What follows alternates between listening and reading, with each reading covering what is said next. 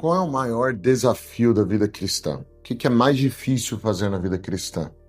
O que é mais difícil é frequentar uma igreja, é conviver com pessoas que têm a mesma fé, é mudar algumas condutas, alguns comportamentos, algumas atitudes, é talvez ler a Bíblia, orar. Qual seria o maior desafio da vida cristã? Eu estou convicto que o maior desafio da vida cristã não é nenhuma dessas coisas. O maior desafio da vida cristã é amar do jeito que Jesus ama. É aprender a amar da forma como Jesus espera que nós amemos. O tema de hoje tem que ver com esse desafio. Amar aquelas pessoas que não merecem o nosso amor. Veja, tudo começou num desafio que havia entre Jesus e os fariseus. Jesus sempre teve problema com os fariseus, com os líderes religiosos de seu tempo. O farisaísmo era uma seita religiosa do tempo de Cristo Jesus. A palavra fariseu significa separado.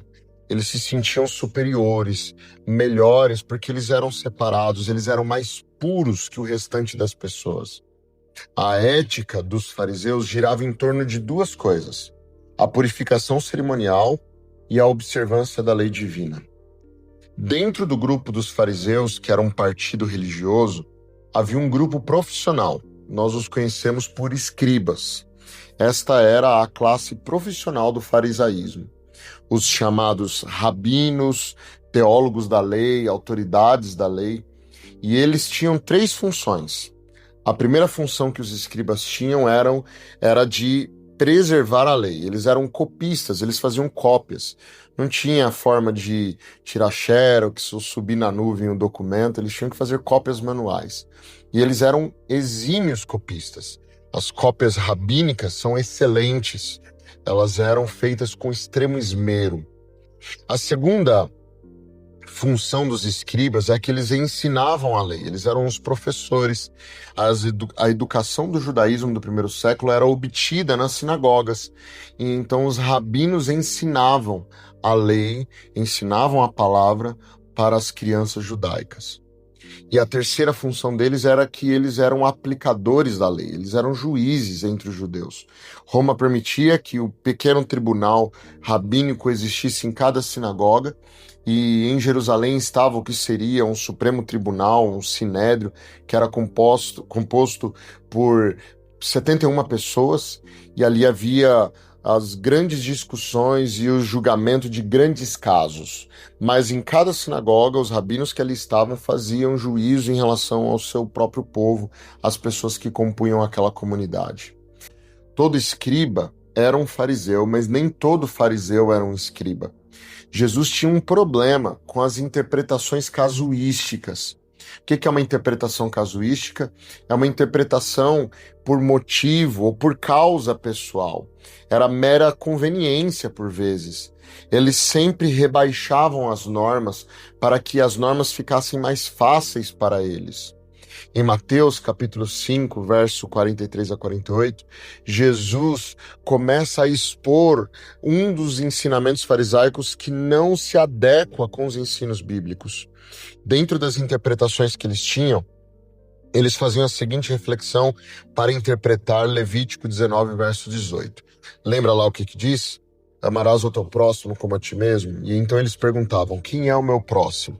E na argumentação que os rabinos faziam, o meu próximo era qualquer pessoa que era parecida comigo, qualquer pessoa que tinha as mesmas crenças que eu, a mesma classificação socioeconômica que eu, as pessoas que frequentavam os mesmos lugares do que eu.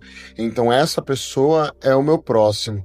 E qualquer pessoa que seja diferente disso era tratado como inimigo deles. Por essa razão, Jesus sabia que o ensinamento rabínico era: você tem que amar o próximo, mas você pode odiar o seu inimigo. E assim Jesus quebra essa crença farisaica, esse ensinamento farisaico, com as palavras que estão lá em Mateus capítulo 5, versos 42 a 48. Quando Jesus diz, vocês ouviram o que foi dito, ame o teu próximo, odeie o teu inimigo, que era um ensinamento rabínico. Eu, porém, lhes digo, amem os teus inimigos e orem pelos que perseguem vocês, para que vocês se tornem filhos do Pai de vocês que está nos céus. Porque ele faz nascer o seu sol sobre maus e bons e ver chuva sobre justos e injustos. Porque se vocês amam aqueles que os amam, que recompensa tereis? Os publicanos não fazem o mesmo? E se vocês só saúdam aqueles que saúdam vocês, o que fazem demais? Os gentios não fazem o mesmo?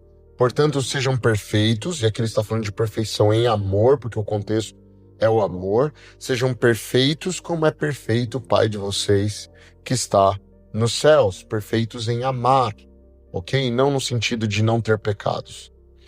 Nós temos algumas lições que nós aprendemos na fala de Jesus e que nos desafiam profundamente.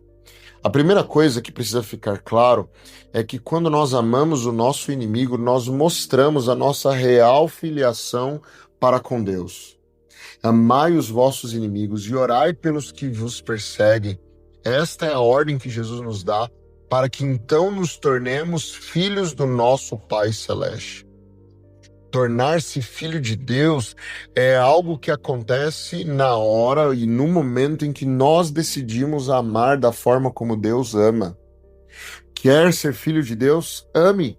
Ame do jeito que Deus ama. E veja que a palavra que Jesus está usando o tempo todo aqui é a palavra ágape, que é uma palavra que envolve amor, mas envolve amor de uma forma mais sublime, é uma decisão, é uma convicção, é uma conduta pensada, decidida, direcionada. Jesus não está falando do amor filéu, que é aquele amor que parte de uma emoção, como por exemplo o amor que nós temos por membros da nossa família, o amor que temos por um amigo, o amor que temos por alguém pela qual nós estamos apaixonados, que é aquele amor que a pessoa gerou em nós ao nos cativar. Jesus está falando de um amor que é uma decisão nossa, que parte da nossa decisão, da nossa conduta, da nossa vontade. Então, o primeiro ponto é que nós precisamos amar os nossos inimigos e orar por aqueles que nos perseguem para que nós possamos nos tornar filhos do Pai Celeste. Essa é a atitude que legitima a nossa filiação para com Deus. A segunda ideia que o texto nos apresenta é a seguinte: quando nós amamos o inimigo, nós mostramos o amor irrestrito de Deus, porque Deus faz nascer o seu sol sobre maus e bons e vir chuva sobre justos e injustos.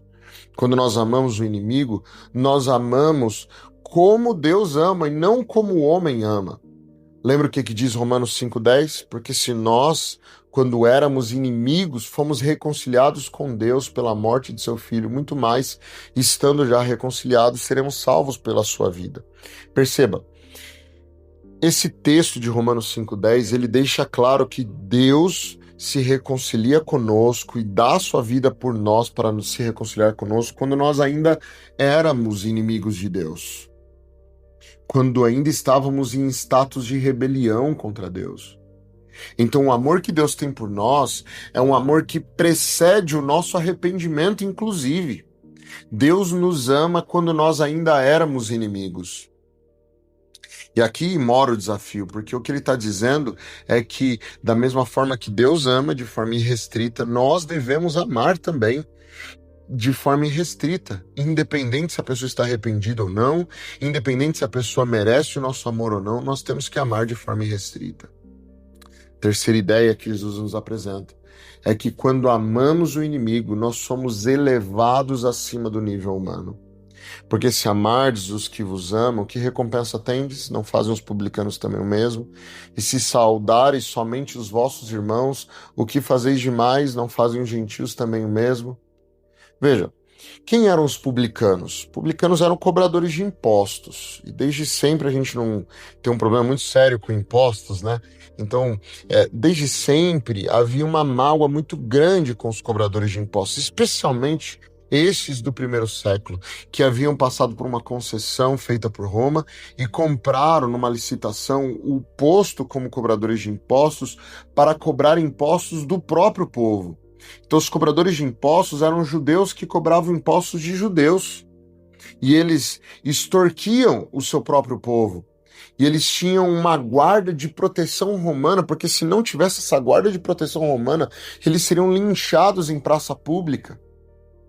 Eles recolhiam o que Roma exigia, mas eles poderiam, dada a autorização por Roma, recolher quanto mais eles quisessem. É por isso que os cobradores de impostos eram riquíssimos. Na história de Zaqueu, por exemplo, que devolveu 4 vezes mais, indica que talvez Zaqueu cobrasse 4 vezes mais do que ele cobrava para Roma, ele cobrava das pessoas. Então, os cobradores de impostos eram vistos pelo povo como extorquidores. Eles eram traidores da pátria. Eles eram impuros porque nesse ofício eles ficavam muito próximos dos gentios, dos estrangeiros.